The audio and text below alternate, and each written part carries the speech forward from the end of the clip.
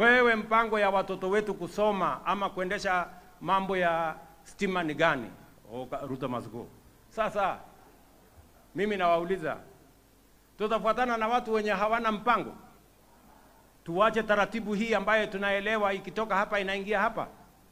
So mimi nawaeleza watu wa Meru, mimi nimeamua kama kiongozi wa taifa hii, tutapanga mambo ya maendeleo ya Kenya. Hii Kenya kwa mapenzi ya Mungu tunataka tuhakikisha kwamba tunaibadilisha kwa miradi na mipango ya maendeleo, na tunawaunganisha Wakenya wote.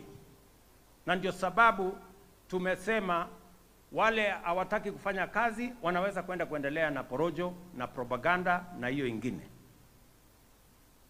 Huyu deputy wangu huyu Professor Kithure Kindiki, at least for the first time niko na mtu ambaye anaelewa kazi inaendelea namna gani na anasaidia kusukuma hiyo kazi.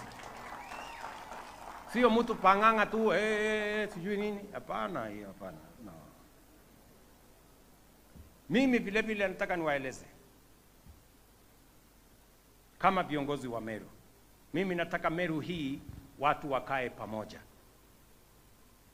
Mimi nakazana kuunganisha Kenya.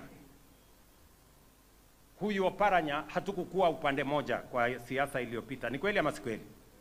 Lakini kwa sababu ya umoja wa taifa letu la Kenya, na ili tuweze kupata nafasi mzuri ya umoja, ndio tuweze kusukuma mambo ya maendeleo ya taifa letu la Kenya, umoja ni ya muhimu. Kwa sababu tunajua umoja ni nguvu, kujitenga ni udhaifu.